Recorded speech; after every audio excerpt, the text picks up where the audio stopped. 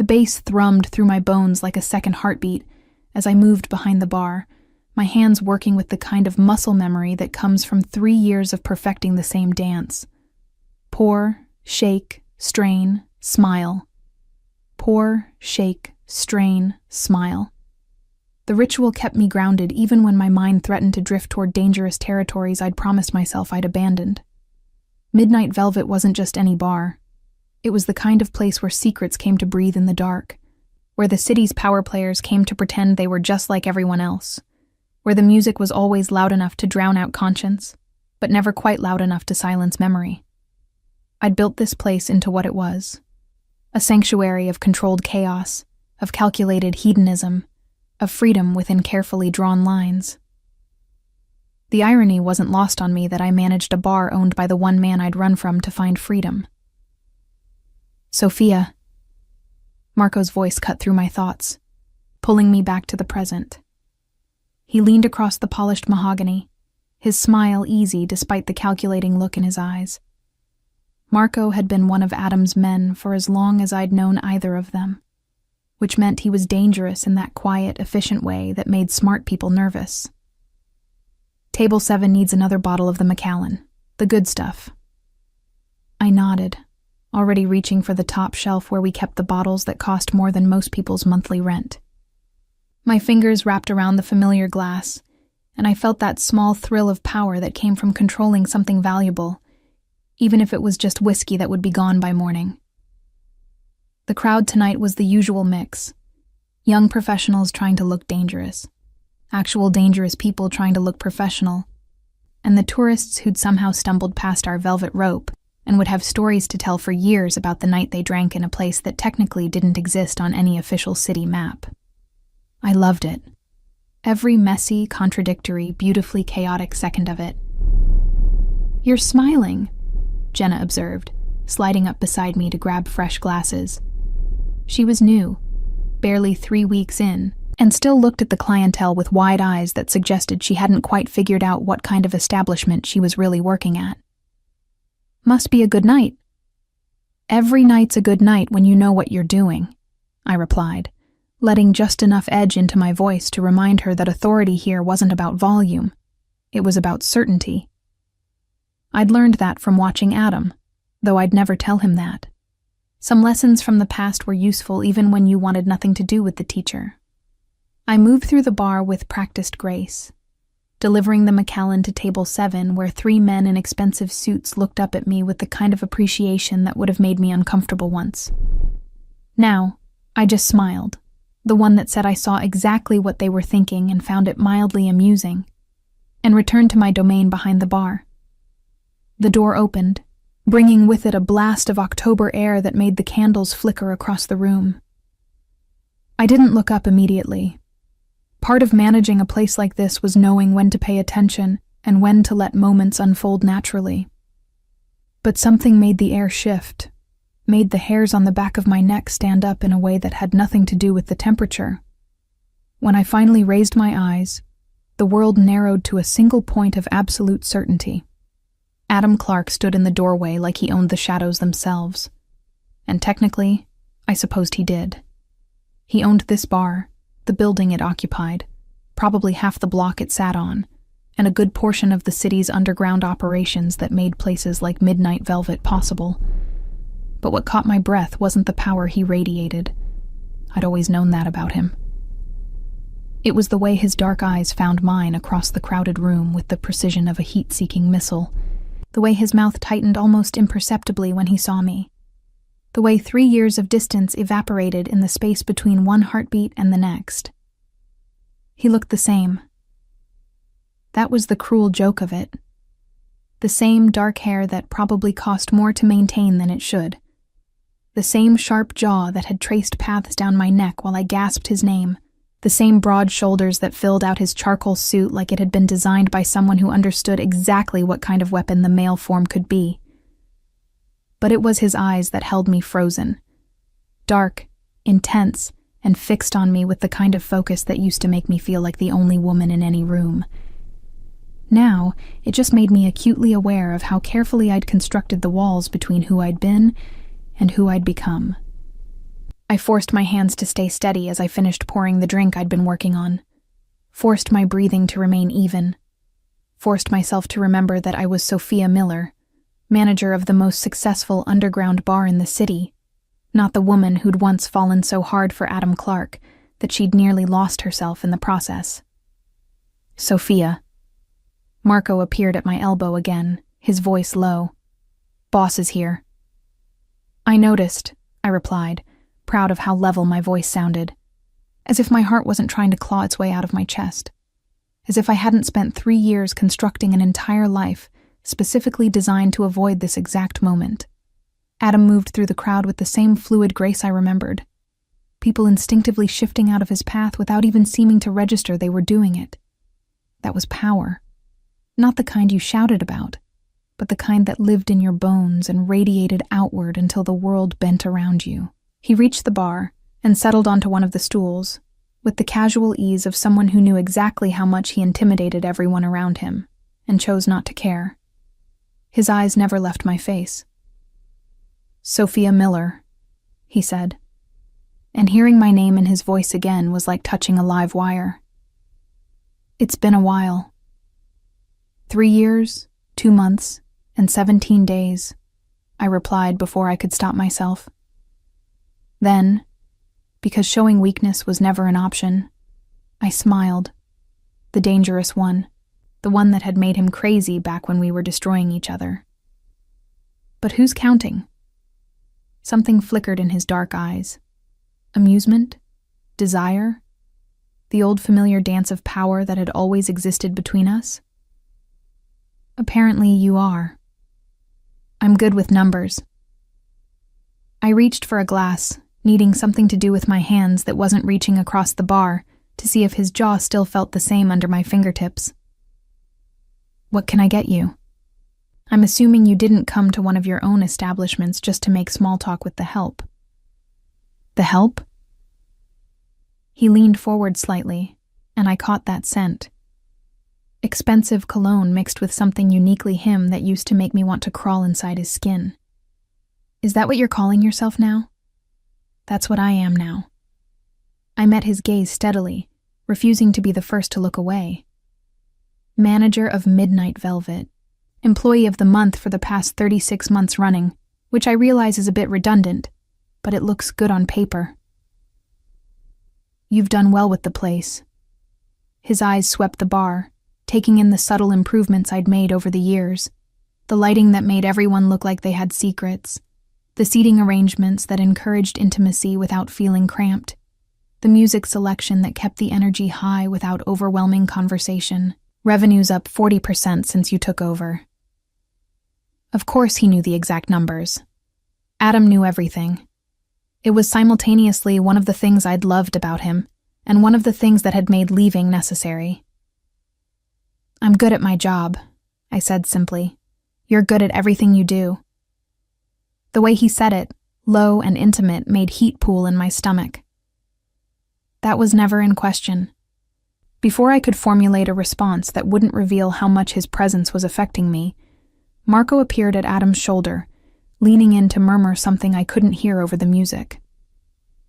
Adam's expression didn't change, but I saw the slight tension that entered his shoulders.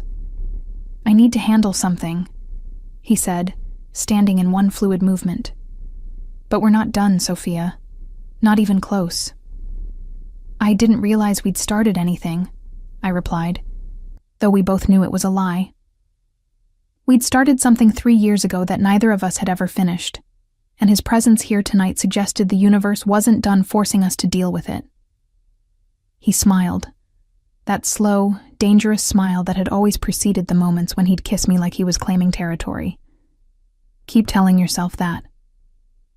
Then he was gone, disappearing into the private rooms at the back, where I knew he conducted business that had nothing to do with liquor licenses and everything to do with the empire he'd built in the city's shadows.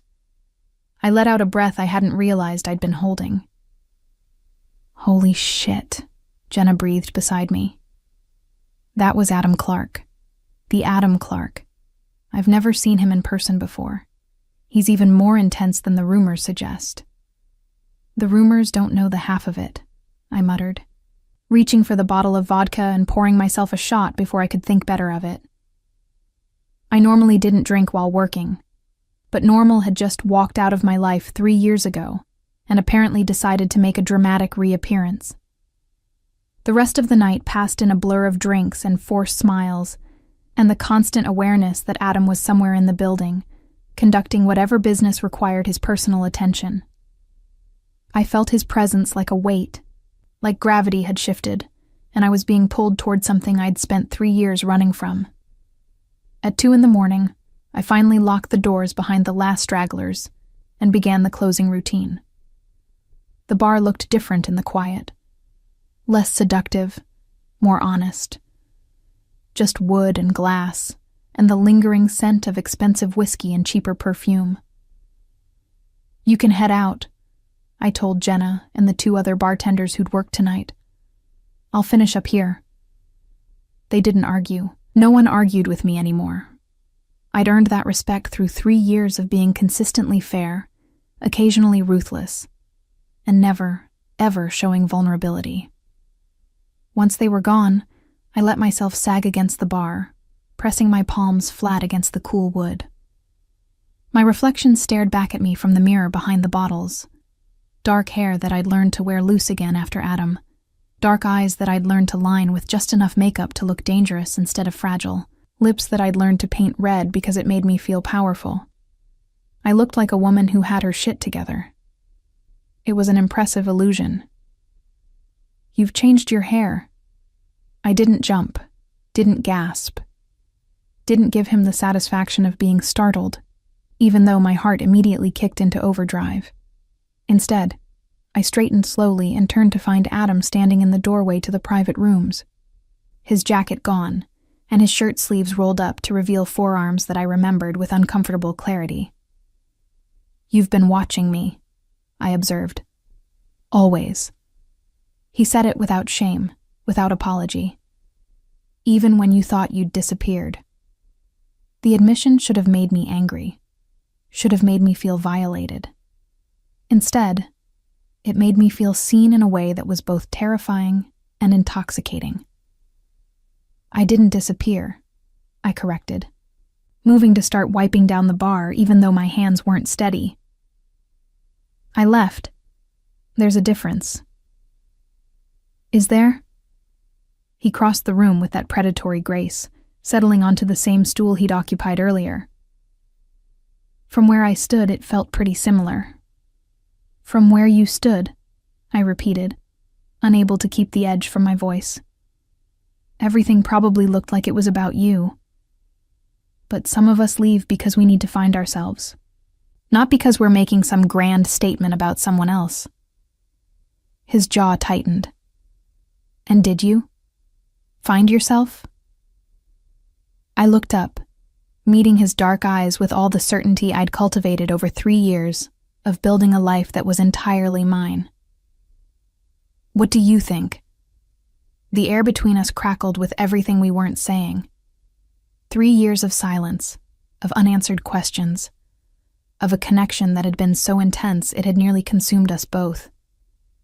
It was all there, hanging between us like smoke. "I think," he said slowly, his voice dropping to that low register that used to make me shiver, "that you look more like yourself than you ever did when we were together. And I think that should make me happy for you." "But it doesn't. But it makes me want you even more." The honesty of it stole my breath. This was always the thing about Adam. He never played games with what he wanted. He was dangerous, yes. Controlling, absolutely. But he was never dishonest about his desire. "You can't just," I started, but he held up a hand. "I'm not asking you for anything, Sophia. Not tonight. I'm just telling you the truth, because apparently, we're being honest now." He stood, and I hated that my body responded to his proximity, that every cell seemed to lean toward him like a flower toward the sun. "You built something incredible here. You've thrived without me. I can see that. And I'm man enough to admit that part of me hates it even while the rest of me is proud as hell. I don't need your pride. I said, but my voice lacked conviction. No, he agreed. You don't need anything from me anymore. But want? That's a different question, isn't it? He was close enough now that I could see the faint scar along his jaw, the one he'd gotten in a fight I'd never asked about, because there were parts of his life I'd learned not to question. Close enough that I could feel the heat radiating from his body, could remember with perfect clarity what it felt like to be pressed against him. "Good night, Sophia," he said softly. And then he was moving past me, his shoulder brushing mine in a contact that sent electricity racing through my veins. I waited until I heard the back door close before I let myself breathe again. My hands were shaking, my heart was racing, and every carefully constructed wall I'd built over 3 years felt like it had developed cracks. Adam Clark was back in my life. And God help me. I wasn't sure if I wanted to run again, or see what would happen if I finally stood still. The morning after Adam's reappearance, I woke up to find a gift box outside my apartment door. Not just any gift box. The kind wrapped in thick black paper with a silver ribbon that probably cost more than the contents. I stood there in my pajamas, coffee cup in hand, staring at it like it might contain a bomb. Knowing Adam, it very well could. Inside was a new espresso machine, the kind that cost thousands of dollars and came with a note in handwriting I'd recognize anywhere. "Since you're still drinking that terrible coffee from the bodega on the corner, some things shouldn't change, but your caffeine intake should. A." I should have been angry. Should have sent it back. Should have done anything except plug it in and make myself the best damn espresso I'd had in 3 years, while cursing Adam Clark's name with every perfect sip. That was Monday. Tuesday brought a new sound system for the bar, state-of-the-art, professional grade, delivered and installed before I even arrived for my shift. The installation team had a work order signed by management and refused to leave until everything was perfectly calibrated to my specifications. Specifications I'd mentioned once, in passing, to Marco about 6 months ago. Wednesday, I found out that the lease on my apartment, which had been month to month since I moved in, had been purchased outright. Not just my lease, the entire building. And the new owner had made exactly one change to the tenant agreements. My rent was now $1 a month. I stormed into Midnight Velvet that night with murder in my eyes. "Where is he?" I demanded, slamming my hands on Marco's desk in the back office. Marco looked up from his laptop with the kind of calculated innocence that would have been convincing on anyone who wasn't one of Adam's top lieutenants. "Who?" "Don't play dumb. It's insulting to both of us." I crossed my arms. "Adam, where is he?" "Mr. Clark is currently—" "I don't care if he's currently negotiating world peace. Get him on the phone. Now." Marco's lips twitched in what might have been amusement. He said you'd probably react this way. Did he? How incredibly perceptive of him. I leaned forward. "Phone. Now." To his credit, Marco didn't argue. He simply picked up his phone, pressed a single button, and handed it to me. It rang twice before Adam's voice came through, smooth and infuriatingly calm. "I was wondering how long it would take you to call." "You bought my building," I said without preamble. "I bought several buildings this week. You'll have to be more specific." "The one I live in, you absolute—" I caught myself, glancing at Marco, who was very obviously pretending not to listen. "We need to talk, in person. I'm free now, if you can spare the time from managing my bar." The possessive pronoun wasn't lost on me. 1 hour, Midnight Velvet, private room 3. "I'll be there in 30 minutes. I said 1 hour. "I heard you. But I'll be there in 30 minutes because that's how long it takes me to get there from where I am, and I've discovered I'm not particularly good at waiting when it comes to you." He hung up before I could respond. I stood there, Marco's phone still pressed to my ear, listening to dead air and trying to remember why letting Adam back into my life was a terrible idea. The list was long, detailed. I'd spent 3 years compiling it. But looking at it now, all I could think about was the way he'd looked at me 3 nights ago, like I was water and he'd been dying of thirst. "You okay, boss?" Marco asked, gently retrieving his phone.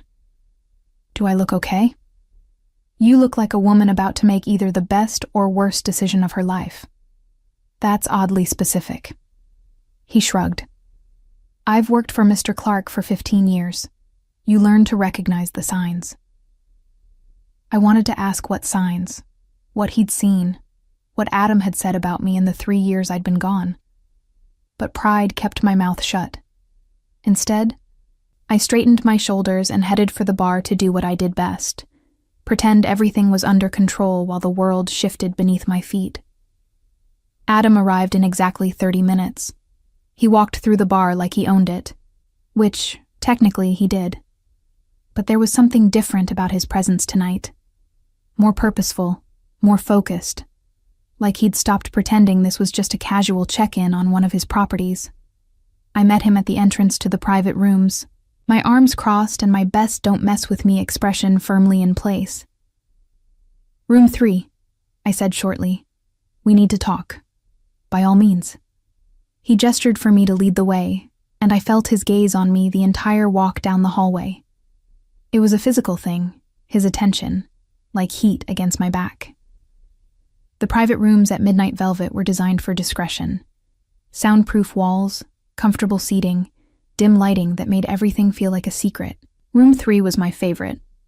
Intimate, without being claustrophobic, with a small bar setup and a view of the city through floor-to-ceiling windows. I closed the door behind us and turned to find Adam already pouring 2 glasses of whiskey from the bar. He handed me one without asking if I wanted it. "So," he said, settling onto the leather sofa with the kind of casual grace that should be illegal. "You wanted to talk." "You bought my building." "I did. And my espresso machine." "Also true." "And the sound system for the bar." Guilty as charged. He took a sip of his whiskey, watching me over the rim of the glass. "Is there a question in there somewhere, or are you just reciting a list of my recent purchases?" "The question," I said, working very hard to keep my voice level, "is why. Why did I buy your building? Because the previous owner was planning to sell it to a developer who would have tripled your rent and displaced half the tenants, most of whom are elderly and on fixed incomes. That stopped me. How did you... I make it my business to know things." He set down his glass. "Why the espresso machine? Because life's too short to drink terrible coffee, and you deserve better than what that bodega sells. And the sound system? Because you mentioned wanting one, and I could provide it." He leaned forward, his dark eyes holding mine. "Is any of this actually a problem, Sophia? Or are you angry because I did something nice for you, and you're not sure how to handle it?" "I'm angry," I said carefully. "Because you're trying to control my life again." "No." His voice went hard. "I'm trying to make your life easier. There's a difference." "Is there? Because from where I'm standing, it looks like you're inserting yourself back into my world without asking if I want you there. Do you?" He stood, moving toward me with predatory intent. Want me there? I should have stepped back. Should have maintained distance. Should have done literally anything except stand there like prey watching a predator approach. "That's not the point," I managed. "That's exactly the point." He stopped close enough that I had to tilt my head back to maintain eye contact. "You left because you thought I was controlling you, that I was taking away your freedom. But Sophia, the coffee machine, the sound system, the rent, those aren't about control. They're about taking care of you because apparently, even after 3 years, I still can't stop myself from wanting to make your life better. You don't get to do that," I whispered. "You don't get to just take care of me without asking." "Why not?" "Because it makes it harder to remember why I left." The words hung between us, raw and honest, and more revealing than I'd intended. Adam's expression shifted, something fierce and possessive flashing across his face. "Good," he said quietly. "Because I've spent 3 years trying to forget you, Sophia, and it hasn't worked. Not even a little bit. So if my taking care of you makes you remember what we had, I'm not even slightly sorry." Before I could respond, my phone buzzed in my pocket. I pulled it out, grateful for the interruption, and froze at the message on the screen. "Unknown number. Does he know yet? Or are you still playing pretend? We should talk." V. The blood drained from my face. I must have made some sound because Adam was immediately alert, his hand on my arm. "What is it?" I looked up at him, my heart racing for entirely different reasons now. "When you said you make it your business to know things, what exactly do you know about my life over the past 3 years? His eyes narrowed. "Everything that matters. Why?" "Because apparently I'm not the only one with secrets." I handed him my phone, watched his expression go from concern to cold fury in the space of a heartbeat. "Who," he asked, his voice deadly quiet, "is V?" "That," I said, taking back my phone, "is exactly what I'd like to know." The silence that followed my question was the kind that precedes explosions. Adam's thumb moved across my phone screen, reading the message again, as if the words might change meaning with repetition. They didn't. When he finally looked up, his expression was carefully blank, which I'd learned years ago was far more dangerous than visible anger. "How long has this been going on?" His voice was controlled, precise, the voice he used when making decisions that ruined lives. "First message was tonight." I took the phone back, my fingers brushing his in a contact that sent unwanted electricity up my arm. "Right before I called you. Show me your other messages. All of them." "Excuse me?" "Sophia." He stepped closer, and I caught that familiar scent again. The one that used to make me feel safe before I learned that safety with Adam came with strings attached. "Someone is threatening you. That makes it my business." "Everything is your business according to you," I shot back. "But my phone, my messages, that's mine, Adam, private." "Nothing is private when it comes to your safety." And there it is. I moved away, needing space to think. "The real reason you came back, not because you missed me or wanted to see how I was doing, because you need to control the situation, manage the threat, maintain your precious order." "That's not fair, isn't it?" I spun to face him. 3 years ago, you wanted to know where I was every moment, who I talked to, where I went. You said it was about protecting me then, too. It was about protecting you. His composure cracked slightly. "Do you have any idea how many people would love to get to me through someone I care about? How many enemies I've made? How dangerous it was for you to be seen with me? So you tried to put me in a cage and called it love." The words echoed in the soundproof room. Adam's jaw tightened, a muscle jumping beneath the skin. "Is that what you think it was?" His voice dropped dangerously low. "A cage? What else would you call it?" But even as I said it, memories flooded back, uninvited, unwanted, unstoppable. The first time Adam had kissed me, I'd been dancing at a charity gala I had no business attending. A friend of a friend's +1 situation that had put me in a room full of the city's elite. I'd worn a dress I'd borrowed and shoes that were killing my feet, and I hadn't cared about any of it because the music was good, and I was alive and free. He'd watched me for an hour before approaching. I'd felt his gaze like a physical touch, had known exactly when he started moving toward me through the crowd. "You're trouble," were the first words Adam Clark ever said to me. "And you're used to people doing what you tell them," I'd replied, not backing down even though something in his dark eyes made my pulse race. "I'm guessing that's going to be a problem." He'd smiled, that slow, devastating smile. I'm counting on it. We'd left together that night. Ended up at some all-night diner where we'd talked until sunrise about everything and nothing. He'd been different then. Or maybe I'd just seen what I wanted to see. Less controlled. More human.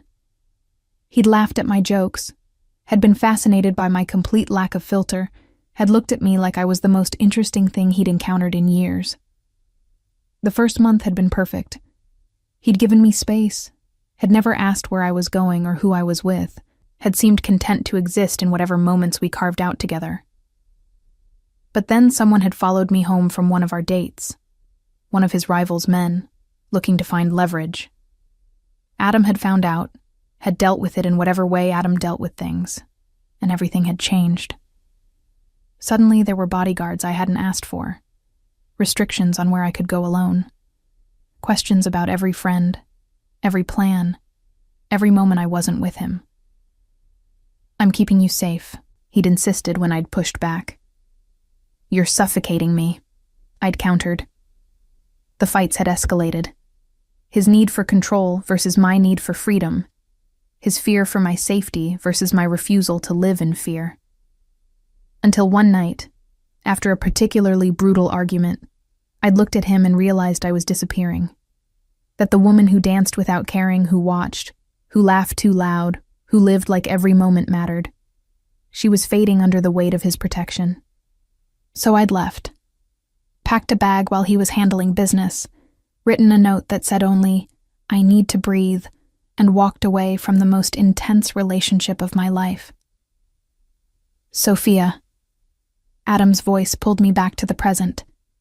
He was closer now, though I hadn't seen him move. "Where did you go just now?" "The past." I met his gaze, remembering why I left. And I was right to go. Something flashed in his eyes, pain, quickly masked. Even knowing what I know now, even understanding that my fear for your safety wasn't about controlling you. Your intentions don't matter when the result is the same. But my voice lacked conviction, because seeing him now, with 3 years of distance, I could recognize what I'd been too young to see then. He hadn't been trying to cage me. He'd been terrified of losing me. My phone buzzed again. Unknown. TikTok, Sophia. Secrets have expiration dates. Want to tell him, or should I? Adam's hand shot out, steady and certain, palm up. "Let me help. I don't need your help." "You needed it 3 years ago, too. That didn't stop me from trying." His dark eyes held mine.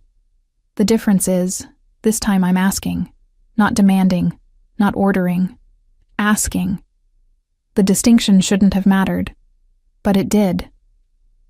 Slowly, I placed my phone in his hand. He read the new message, his expression darkening with each word. "What secret are they referring to?" "I don't know." It was the truth, which made it worse somehow. I can't think of anything that... Vincent Caruso. The name hit me like a physical blow. I must have flinched because Adam's entire demeanor shifted, going from controlled to lethal in a heartbeat. "Vincent Caruso," he repeated, softer now but no less dangerous. "What does he have on you?" "Nothing. I barely know him." "You're a terrible liar, Sophia. You always have been." He set the phone down carefully, deliberately. "Tell me what happened. It was after I left you." The words came out before I could stop them. 6 months later. I was still settling into the job at Midnight Velvet, still figuring out how to be on my own. He came to the bar a few times. Was charming, persistent. Said he knew you, that you'd worked together. Adam's hands clenched into fists. "Did he hurt you?" "No. God, no. Nothing like that."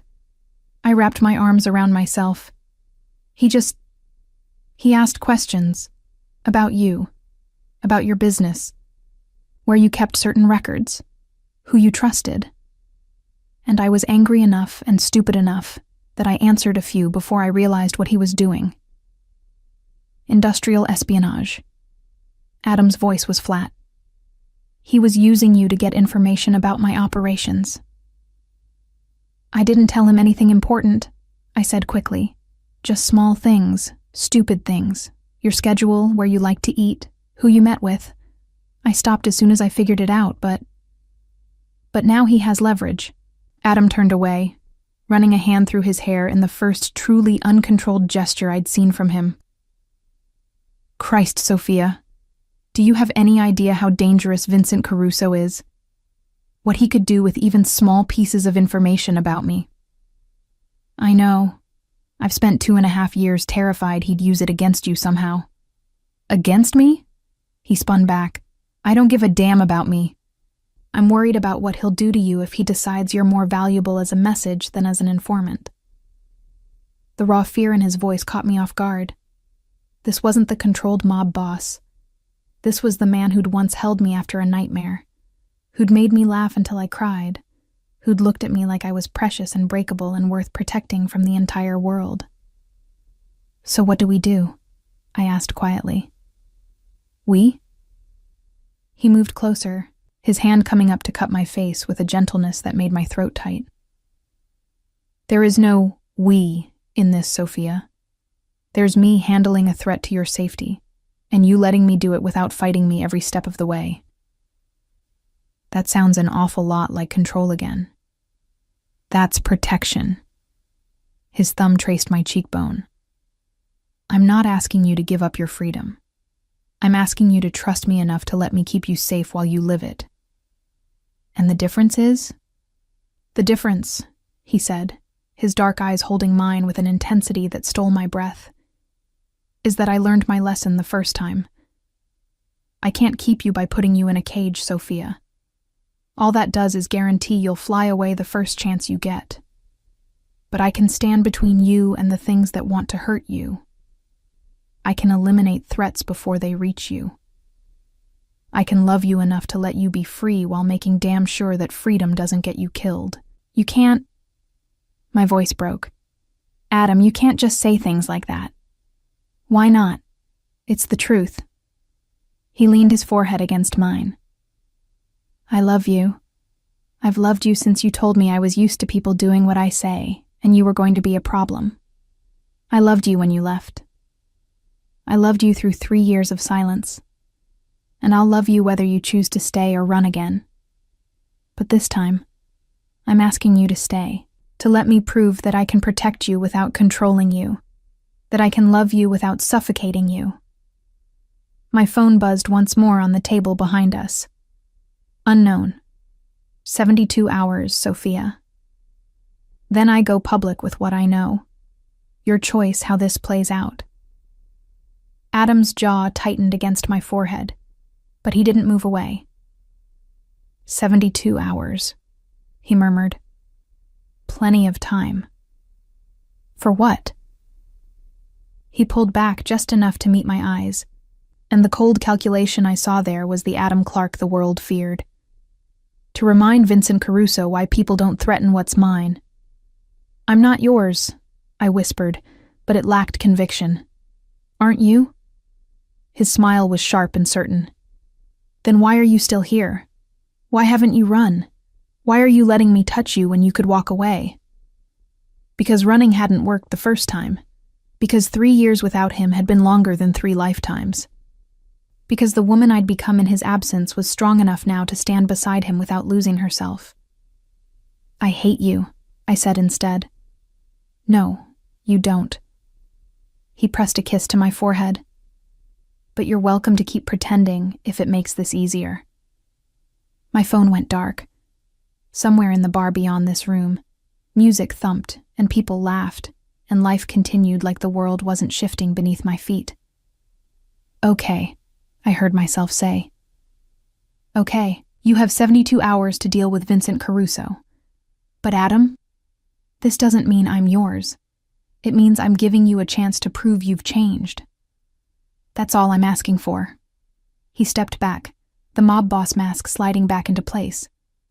Now tell me everything you remember about your interactions with Caruso. Every detail, no matter how small. And as I began to talk, recounting conversations I'd tried to forget, I realized I'd just made a choice. Not to be Adam's. Not to surrender my hard-won freedom, but to see if maybe, just maybe, there was a way to be free and loved at the same time.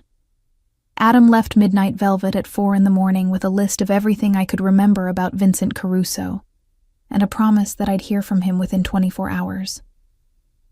I didn't sleep. Instead, I stayed at the bar, cleaning things that were already clean, reorganizing bottles that were perfectly organized, and generally trying not to think about how easily I'd let Adam back into my life. The sun was rising when my phone rang. "Pack a bag," Adam said without preamble. "Enough for 3 days."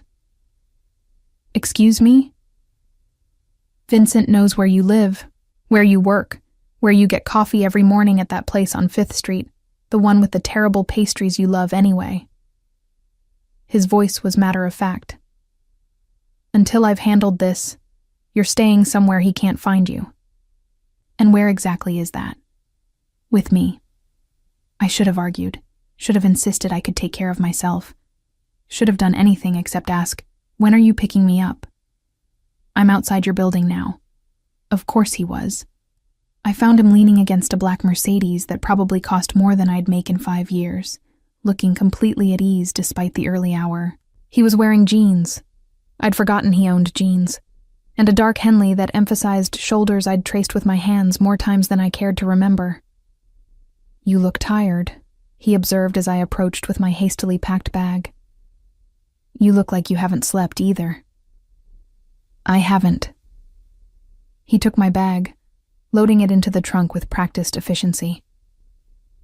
"I've been making calls, arranging things, ensuring that Vincent Caruso wakes up this morning to discover his world is significantly smaller than it was yesterday." "What does that mean?" "It means his primary income source mysteriously dried up around 2 a.m. His suppliers are suddenly unavailable. His protection payments aren't being honored, and his second-in-command just received a very generous offer to work for someone else." Adam opened the passenger door. "Get in. I'll explain the rest on the way." The car's interior smelled like leather, an expensive cologne, and Adam. I sank into the seat, simultaneously exhausted and wired with an adrenaline I couldn't quite shake. "Where are we going?" I asked as he pulled into traffic. "Somewhere safe." "That's not an answer." "It's the only answer you're getting until we're there." He glanced over, and something in his expression softened. "Trust me, Sophia. I know that's asking a lot, but for the next 72 hours, I need you to trust me." I wanted to argue, to demand answers, to maintain the independence I'd fought so hard to build, but the exhaustion weighing on my bones made the fight seem less important than it had 12 hours ago. "Fine," I muttered, "but I'm not happy about it." "You're never happy about anything involving me making decisions for your safety." There was amusement in his voice. "It's one of your most consistent qualities. Consistency is a virtue. So is knowing when to let someone help you." We drove in silence for a while, the city giving way to suburbs and then to wooded areas I didn't recognize.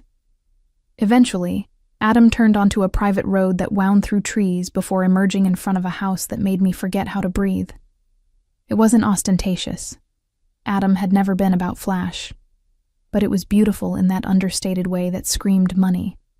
Glass and stone and clean lines, positioned to overlook a lake that caught the morning sun like scattered diamonds. "This is yours?" I asked. "One of several properties, but this one's special." He parked and came around to open my door. "This one nobody knows about except Marco and a handful of people I trust with my life. And now me, and now you." He grabbed my bag from the trunk. "Come on, I'll show you around." The interior was just as stunning as the exterior. Open concept, floor-to-ceiling windows, furniture that managed to be both comfortable and clearly expensive. But what caught my attention was the small details. Books on the shelves that I recognized as favorites I'd mentioned years ago. a specific brand of coffee in the kitchen that I loved, but could rarely afford. Orchids on the dining table, my favorite flower. "You did this for me," I said, running my fingers over a first edition of a book I'd talked about wanting to read someday. "I did it for us." Adam set my bag down near the staircase. "I bought this place about 6 months after you left. Told myself it was an investment property. But I spent the next 2.5 years making it into something you'd love, even though I wasn't sure you'd ever see it." The confession made my chest tight. "Adam, your room is upstairs, second door on the left." He cut me off, perhaps sensing I was about to say something neither of us was ready for. "Guest bathroom is attached. There's a closet with some clothes that should fit you. I had someone pick them up based on your current size." "You had someone—" I stopped. "Of course you did, because you know my size. I know everything about you, Sophia." His dark eyes held mine. "I always have." It should have creeped me out, should have felt invasive. Instead, it felt like being known in a way I'd never experienced with anyone else.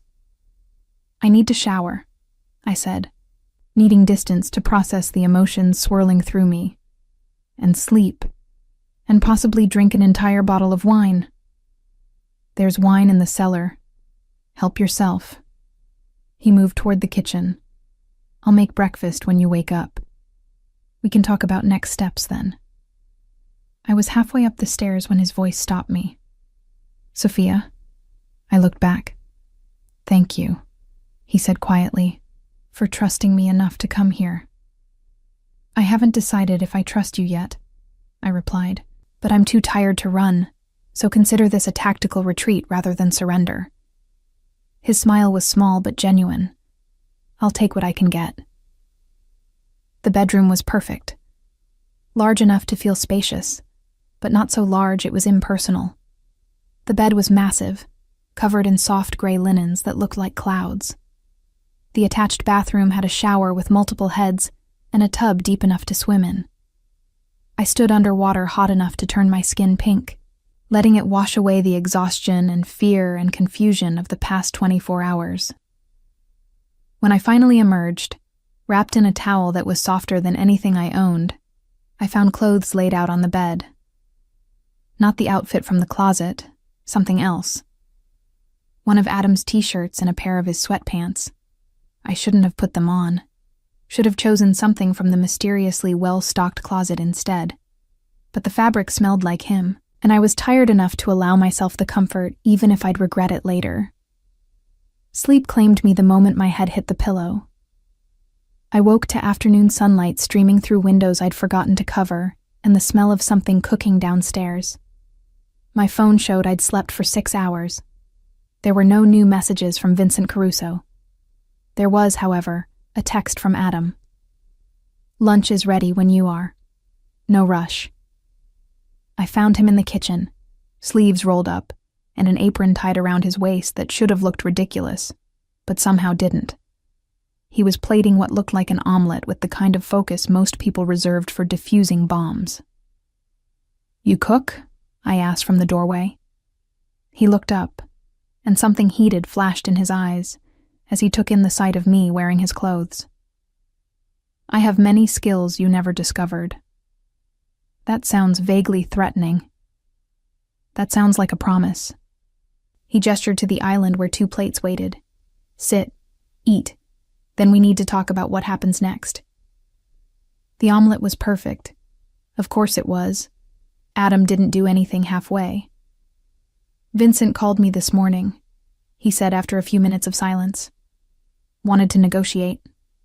"Negotiate what?" "The return of his business operations in exchange for leaving you alone." My fork clattered against the plate.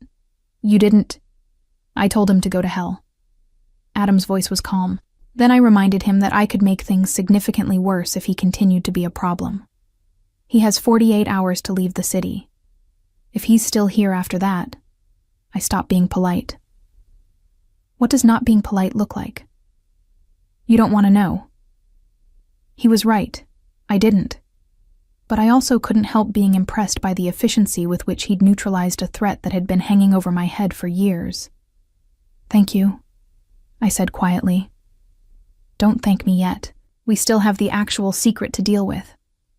What secret? Adam set down his fork, his dark eyes serious. The one Vincent thinks he knows. The one he's been holding over you. Sophia, what information did you actually give him about me?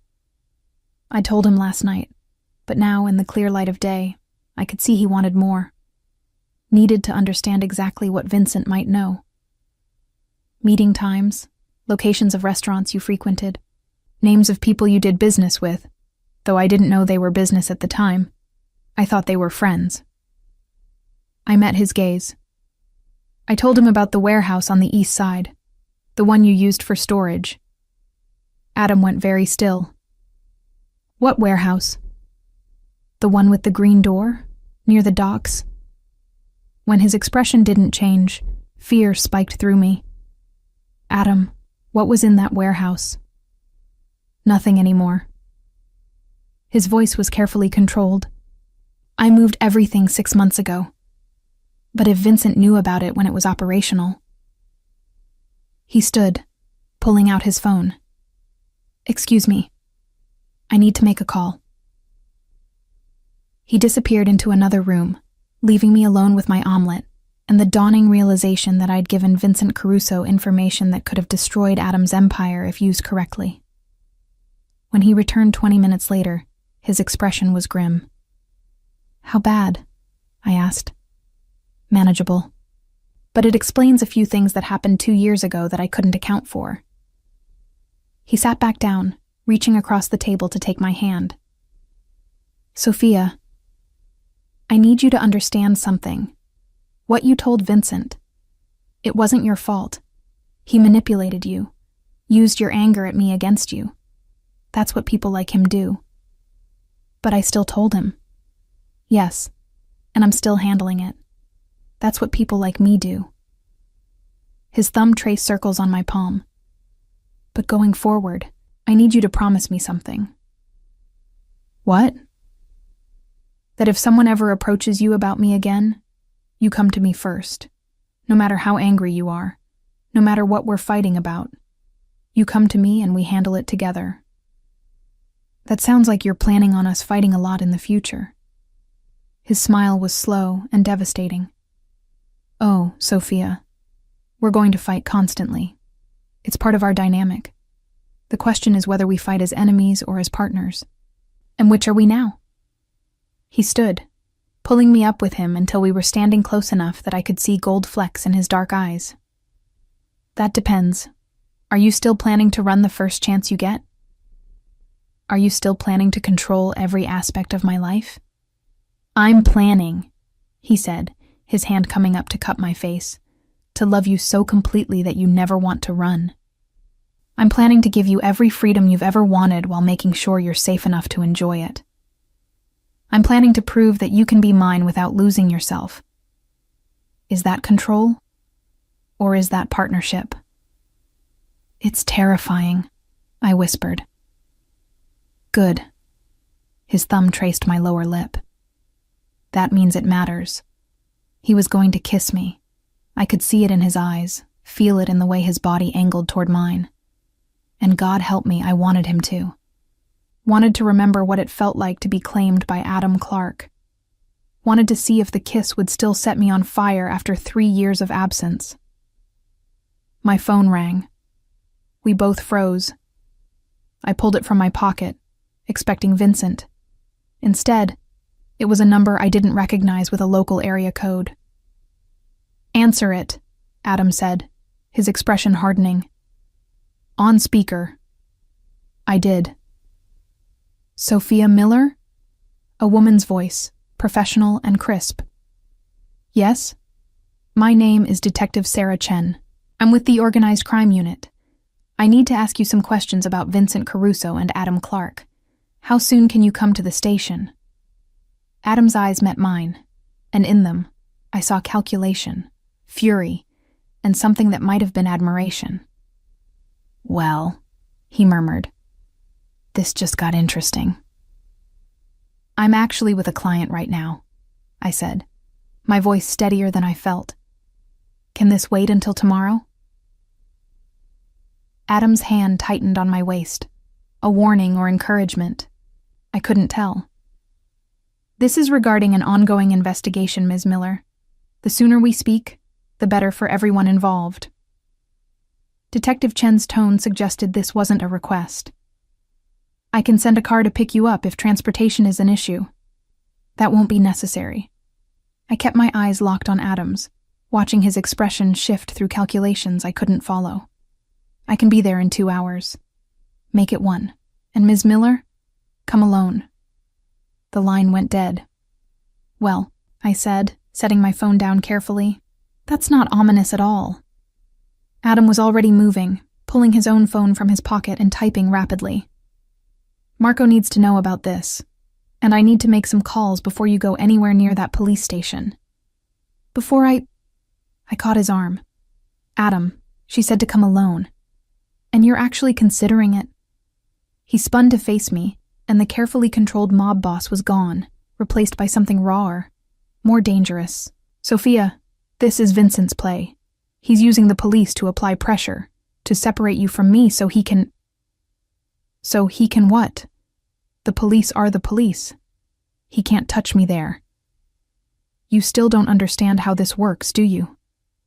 He moved closer, his hands framing my face with an intensity that made my breath catch. Vincent doesn't need to touch you physically to hurt you. He just needs to get you on record talking about me, about my business, about anything that can be used later. The organized crime unit doesn't call random bar managers unless they think those managers have information worth trading. I don't have information worth trading.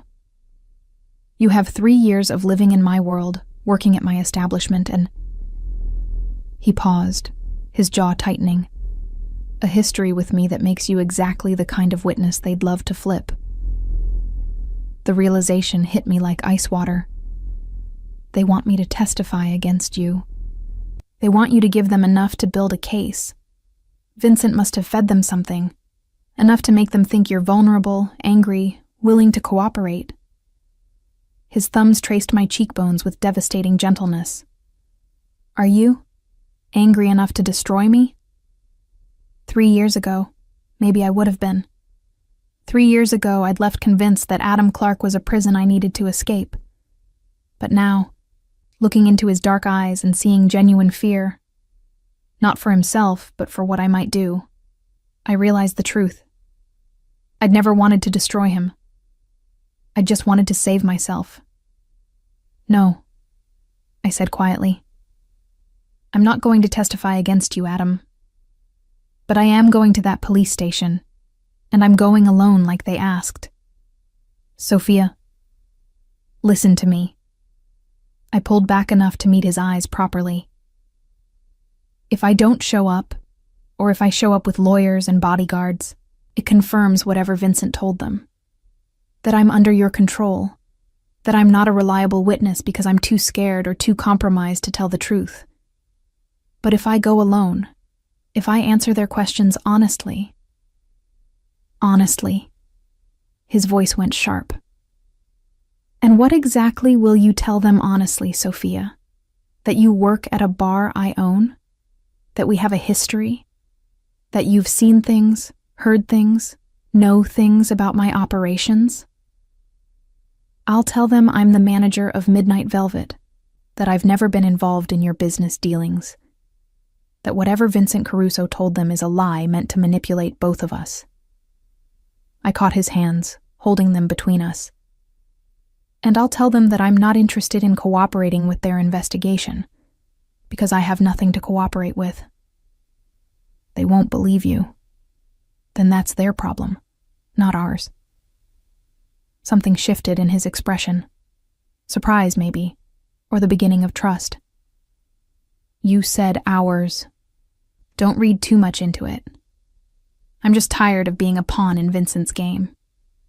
But even as I said it, I knew it was more than that. Somewhere between the coffee machine and the lake house and standing in his kitchen wearing his clothes, I'd stopped thinking of Adam's problems as separate from my own. He studied my face like he was trying to memorize it. If you do this, there are rules. Of course there are. You don't answer questions about my associates. You don't speculate about my business operations. You don't offer information they don't specifically ask for. His voice was firm. And if at any point they threaten you, offer you a deal, or suggest you need protection from me, you walk out immediately and call Marco. Not me, Marco. His number's already in your phone under M. When did you? This morning while you were sleeping. He had the grace to look slightly sheepish. I also installed a tracking app. Before you get angry, it's for emergencies only, and you can turn it off whenever you want. The password is your birthday. I should have been furious. Should have thrown his paranoid security measures back in his face. Instead, I found myself oddly touched by the fact that he'd given me the ability to disable it.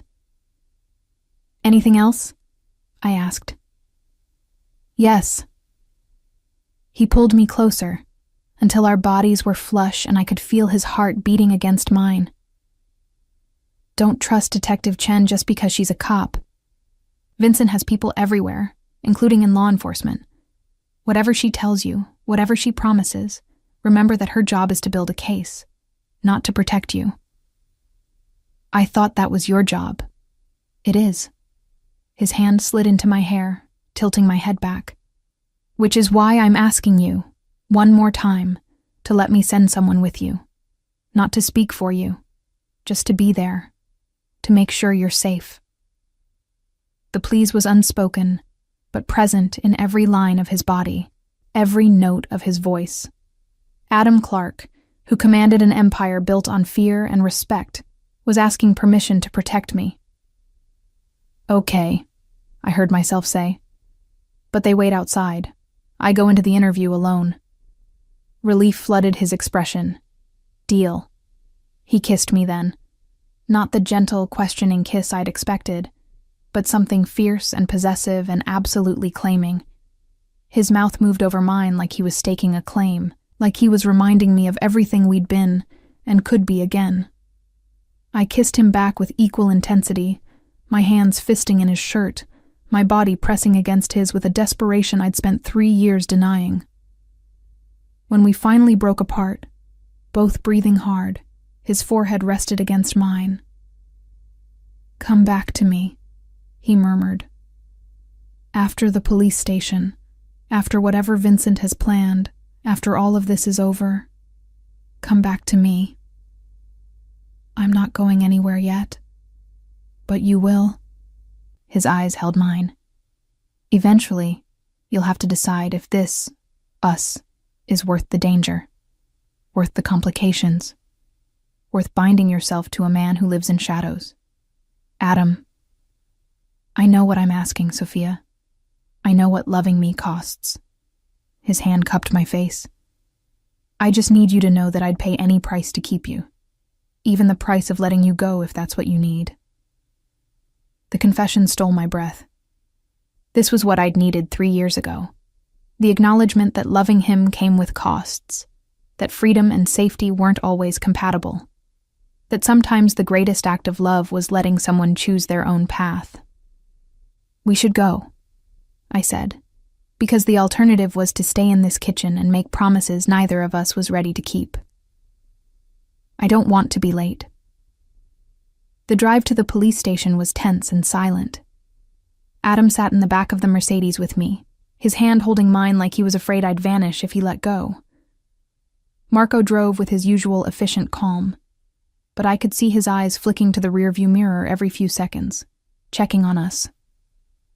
We arrived with 10 minutes to spare. The station was exactly what I'd expected.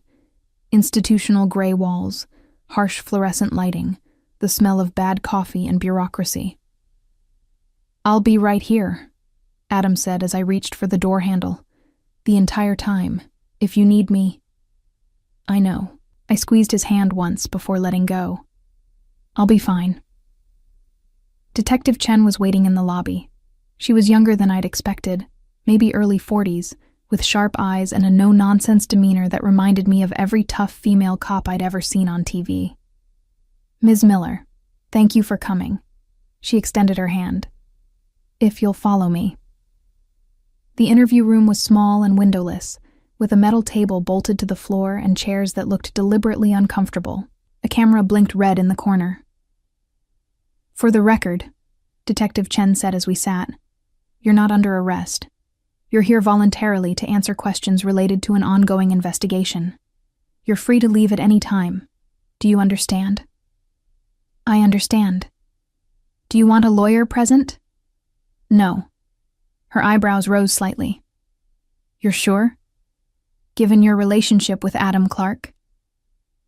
"I don't have a relationship with Adam Clark," I interrupted. "I work at a bar he owns.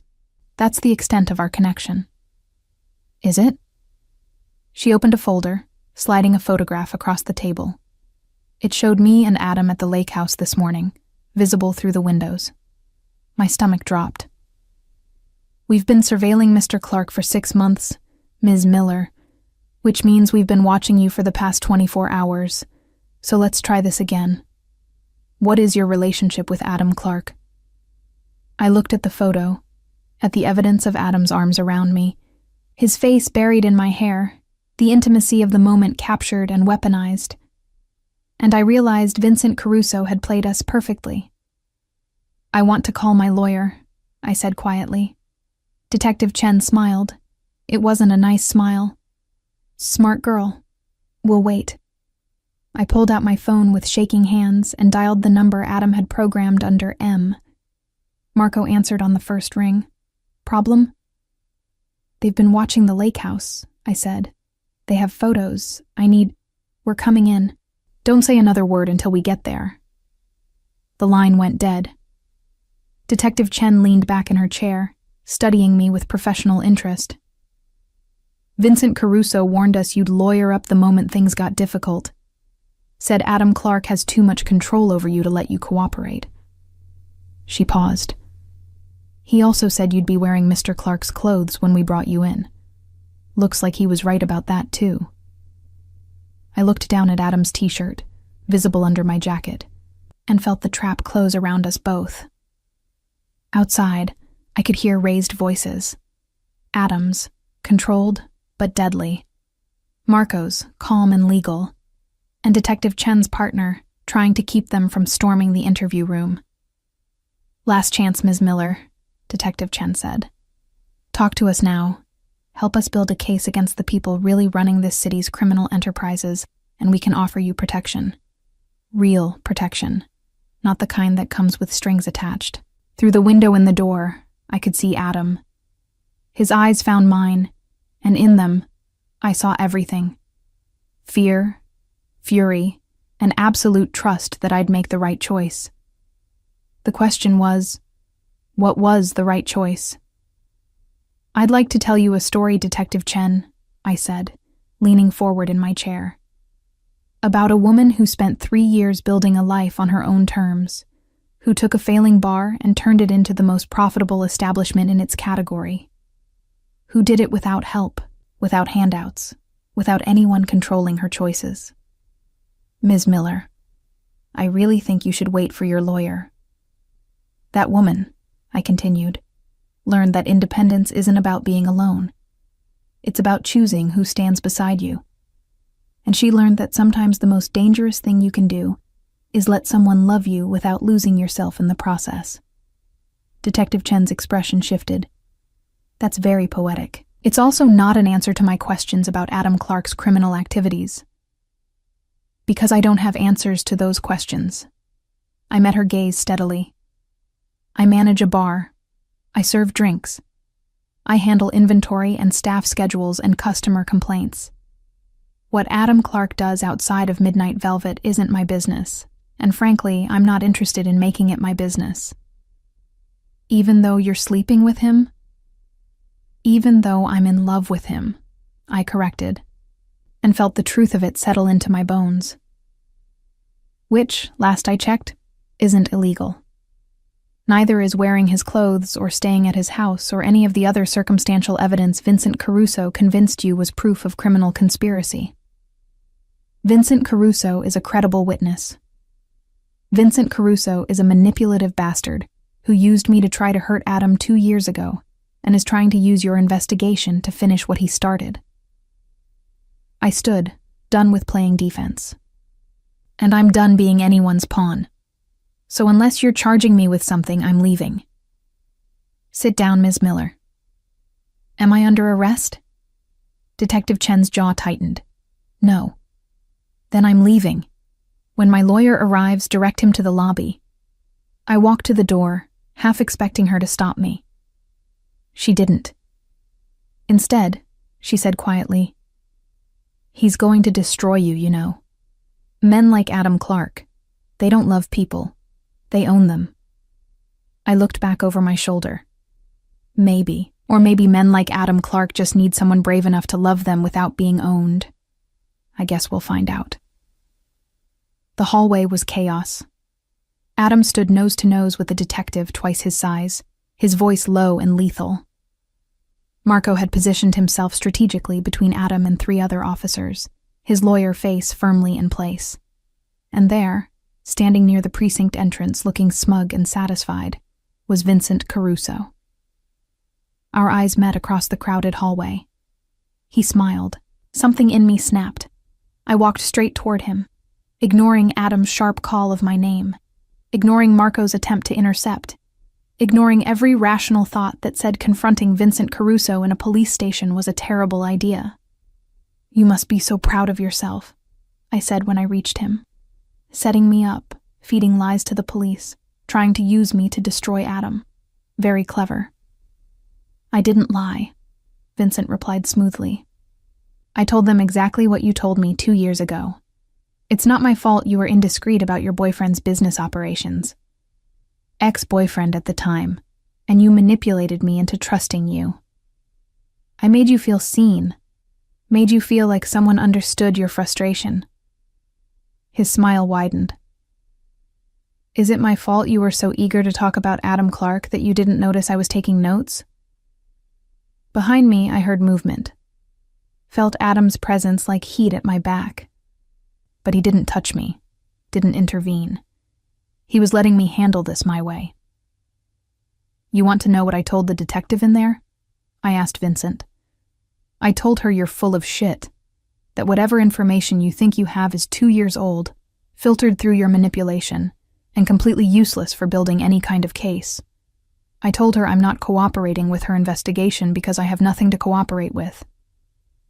Vincent's smile faltered. "You're lying." "Am I?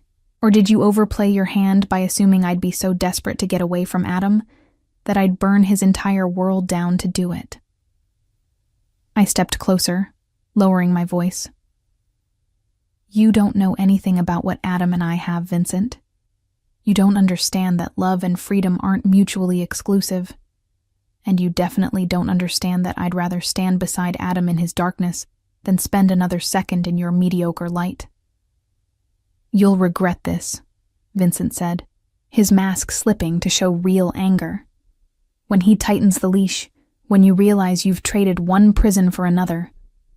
The only person going to prison," Adam's voice cut in, cold and certain, "is you, Vincent, that federal warrant for tax evasion.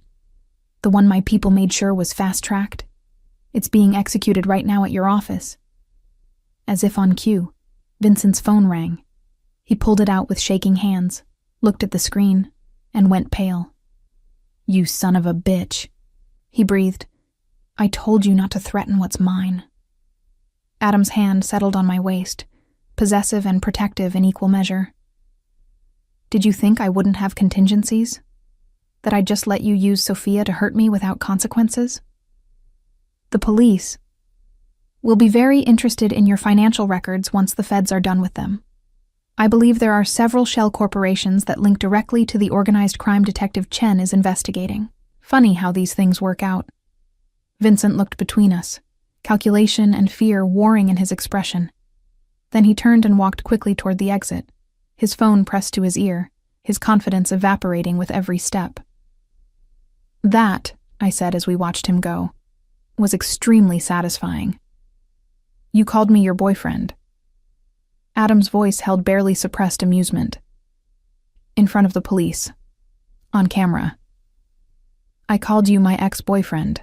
There's a difference. Is there? He turned me to face him, right there in the middle of the police station with Detective Chen watching from her office doorway, and Marco trying very hard not to smile. Because it sounded an awful lot like you were claiming me, Sophia Miller. Maybe I was. I reached up, my hand cupping his jaw.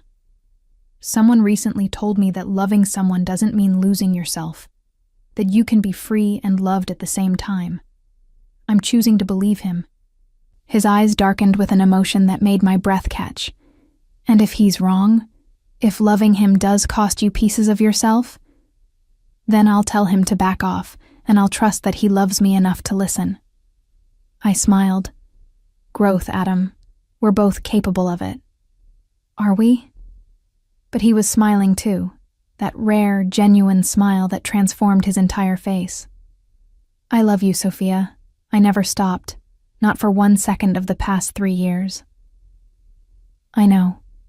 I pulled his mouth down to mine, kissing him in full view of the organized crime unit, the uniformed officers, and anyone else who cared to watch. I love you too. Even when you're overbearing and controlling and putting tracking apps on my phone. Which you haven't disabled yet, he murmured against my lips. Which I haven't disabled yet, I agreed. Because apparently, I'm learning to choose my battles. We should go, Marco said from behind us, his tone suggesting he'd been trying to get our attention for a while. Before Detective Chen decides to arrest you both for public indecency. Adam pulled back with obvious reluctance. He has a point. He usually does. I laced my fingers through Adam's. Take me home. Which home? The apartment? The lake house? The penthouse downtown? Whichever one has you in it. I squeezed his hand. That's home now. The ride back to the lake house was different than the morning's trip. Adam's hand never left mine, his thumb tracing patterns on my skin that spoke of promises and possibilities. Marco drove with his usual efficiency, but I caught him smiling in the rearview mirror more than once. So what happens now? I asked as the city gave way to trees. With Vincent, with the police, with all of it. Vincent will be busy with federal prosecutors for the foreseeable future, Adam replied. The police investigation will quietly disappear once they realize their primary witness is compromised. And we... He paused, his dark eyes holding mine. We figure out what comes next. Together.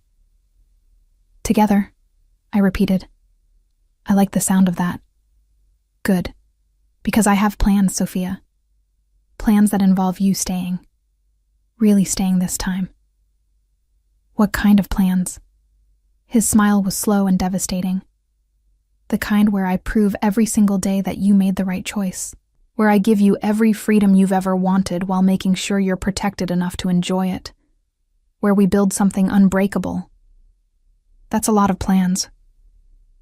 I'm a man who thinks long-term. He pulled me closer until I was practically in his lap.